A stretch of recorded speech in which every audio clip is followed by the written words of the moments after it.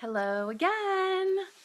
It's Jana Bresenden here, and I am continuing my mission to share my story in raw, vulnerable, and sometimes embarrassingly real ways so that you will know that you're not alone and that your story matters. I got a really great question a couple of weeks ago, and this was from a friend who kind of pointed out that when you live in certain circles, especially maybe of religious circles where divorce isn't that common, and maybe you haven't had any experience with it directly because your own parents are still married and things like that, there can be a question about how to best support someone who is going through a really tough time. And what I loved about this question is that the person who is asking it really just acknowledged that when you've never been through a struggle or a really big challenge in your life or really big pain, you just don't know what to do. And sometimes, based on your own fear or lack of understanding, you say things that hurt people. And I know just from the stories that you guys have shared with me, there have been a lot of hurtful things that are said to you in the moment, even though people are really just trying to be helpful. So I remember what actually happened when I first got separated is I didn't ask for a divorce. I just asked my husband to move out because he was not living up to the things that I had asked for. Hey, Patrick, good to see you.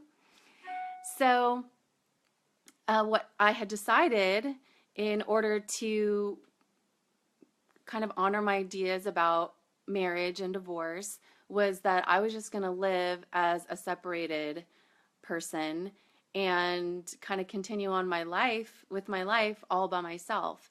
And secretly inside, I was hoping and praying that he would ask me for a divorce so that I could have like a little check mark in that box and have an out. And there are things that are wrong with that on so many levels. And now that I've said it out loud, I probably need to do a little bit more investigating into that. But one thing that I will tell you is that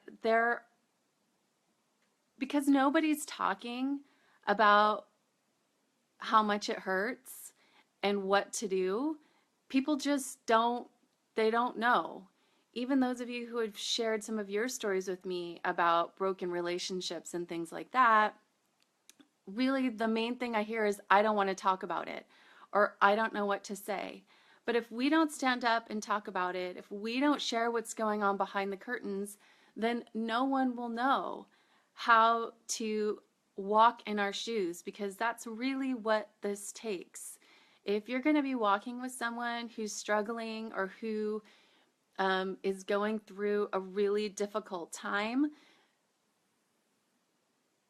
you're going to have to get okay with being a little bit uncomfortable. So Glennon Doyle Melton, she is an amazing woman and author. She is author of a blog, momastery.com. I highly recommend you check it out if you have ever suffered or ever struggled. She is really an amazing person, and really able to talk about what goes on the inside when you're really hurting and when you're devastated. And she's written a really great book. It's called Love Warrior. I would highly recommend that as well. But she identifies several types of people and the kinds of things that they say when they hear that you're hurt. So first of all, if anyone ever shares with you that they are going through a divorce or that they're going through a hard time or they've experienced some type of loss, what they need you to do is just be willing to listen. Just be willing to hurt for a few minutes. Just be willing to go through it with them. Because really, there are a few things that you can say that could be completely devastating. Like, you just need to realize how bad they're hurting so that you can kind of let go of your own stuff, because them sharing with you took a lot of courage. It took a lot of bravery. And so just remember that oftentimes you don't have to say anything, but there are some things that you can say that will be really destructive. And Glennon calls these few, and I'm just going to do a very terrible job of outlining them, but just maybe so you could recognize some of your own tendencies in it. So the first one, she calls it the shover. And that's the person who hears your story and how badly you're hurting and how devastating it is, and then wants to give you like some little platitude like, well, everything happens for a reason. And, every rainbow has a storm that happens directly, before it. And this is the kind of person that just needs you to be okay. And they need you to be okay as soon as possible. And so they might not even be doing it intentionally. It's just that they feel uncomfortable with their pain. So they shove a little platitude in your face so that you can get over it quicker, so that everyone can be fine again. And I just encourage you to resist the urge to share one of those kinds of platitudes, because what that makes me feel like is that my story doesn't matter. What matters is that I get over it. And so because I'm not over it, what I need to do is be quiet about it or hide it or pretend like it doesn't exist. And that's not going to serve me, and it's definitely not going to serve you, because now I can't share my story with you anymore. So please resist the urge to be a shover. And then the next kind of person is the comparer. And that's the person who hears your story and thinks, oh yeah, I totally know what's going on. So now they're not even listening to my story anymore.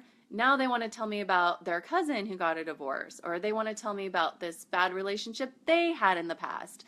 And so now my story is hijacked because I need to listen about your cousin or your friend or this other person who has suffered. And it makes me think, oh, my pain's not that original. It's not really that important. I mean, we all know how this is going to end. Just ask my cousin, or whatever story that you've just compared me to. So definitely, if you can, resist the urge to be a comparer. And then the other one that you definitely want to stay away from being is the fixer. And that's the person who hears my story and thinks of it as a problem to be solved. So it might sound something like, well, you just need to have faith, or you just need to pray, or you just need to respect your husband, or you just need to, fill in the blank with whatever it is that you want to put there. The fixer has the answers to all my problems. And so the thing that makes that so incredibly painful to receive is that it makes it seem like my pain just isn't that important, it's not that original, and it assumes that a kind of formula works in life. And I can tell you from the many traumas and reinventions and struggles that I've had, like huge losses that I have in my life, the thing that I've learned more than anything is that things don't turn out how you plan. Those formulas, they don't always work. I've read those same books. I've read those same scriptures. I've gone to those same workshops. And sometimes life just doesn't happen like that. And so offering a simple fix really isn't going to help me at all. So another type of person that is not helpful is the reporter. And that's a person who listens to your story and asks really probing questions and wants to get all the details straight and get behind the scenes or whatever. And really, they're not listening to my story. They're collecting it. And they're collecting it to share. So the next group meeting they go into, and again, maybe with perfectly fine intentions, but it's all about, did you hear what happened to so-and-so? Oh, well, you should really be praying for them. They're going through a really hard time. So what that person has done is just stolen my story and now used it as entertainment for themselves or their friends, and all masking it in trying to take care of me. So when people share their stories with you and their struggles and when they're hurting, it's not so that you can go and talk about it to someone else. It was something that was meant to be shared with you. So resist the urge to be a reporter. And then there are the victims. And the victims are people who reach out to you after they've heard about your story or your divorce or your breakup, and they want to know why you didn't tell them sooner.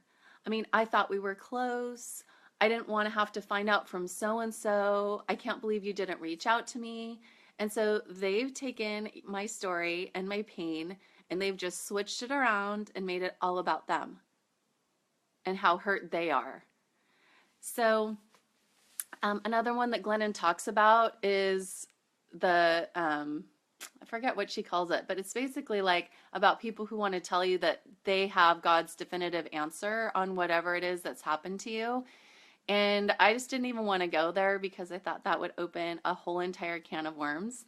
But the original question was, what can we do to better support people who are going through divorce? And to that, I would say, first of all, thank you so much for being willing to walk through someone who is going through a hard time. I think for me, when you're in a community, like my parents are still married, all of my friends are still married. I mean, I didn't know what to do. I'd never gotten divorced before. So, we're all just learning. So the fact that you were even willing to put your heart out there is huge and really commendable. And also, I think just having your own awareness, like if you're upset about a story that someone's sharing with you about their relationship or their marriage, it's really good to just do an internal check and start thinking, why am I reacting so strongly to this? Is it because there's something in my life or in my marriage or in my heart that I need to take a look at? And don't make it be all about needing to, judge them or be afraid of them or be afraid of, what is going on in their lives. I think that can be an incredibly powerful tool. But really, most importantly, what you need to do is believe that love wins, that love never fails, that love is the only reason that we're here. And the only thing that you need to offer is love. When people are down and when they're hurting, they don't need your judgment. They don't need your fear. They don't need your platitudes. They don't need your comparisons. They don't even really need you to say anything sometimes. I think that we are all on a journey trying to get to God, love, universe, life, that universal truth, that feeling of belonging, where everything's right in the world. And so even if we're down in a moment, it's not a waste of time. It's a lesson. It's an opportunity to, grow and change and see things in a different way. Hey, Portia, love you too. It's an opportunity to see things in a different way. And so if you're willing to walk through that situation with someone as they're learning to see life in a different way and to open a new part of their heart or a new chapter in their lives, then you can see that none of these experiences, even the painful ones, even breakups or divorce, it's not a waste. It's not a failure. It's just one more step in a journey to getting us where we need to go. And love is messy. It is hard, but it's so beautiful. And it's the reason that we're all here. Hey, Sarah, good to see you. Thank you for the hearts. You guys know how much I love those. So, don't be afraid of divorce. Don't be afraid of someone who's going through it. It might not even end up in divorce. They might end up getting back together. And if you've wasted all this energy, judging and comparing and being afraid of the outcome, no one is going to be served. If you can just hold that space for them that believes that in the end, everything's going to be okay, that is the most important and beautiful gift and way you can be supportive to someone who is going through any hard time, not just a divorce, but any kind of loss, any kind of pain, any kind of trauma. Just you believing that love wins and you saying, I will be here with you no matter what happens. We're in this together.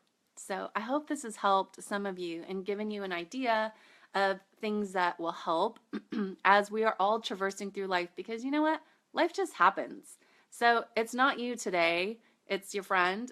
Tomorrow it might be you, next month, next year. So exercising these muscles of empathy and love and working together is only going to make this world a better place. So I love you all for being here. And of course, you can always reach out to me. You know how much I love hearing your stories. I post all these videos on my blog at janabressenden.com. You can send me a private message through Facebook or reach me by email, hello@janabressenden.com. And I will see you next time. Bye-bye.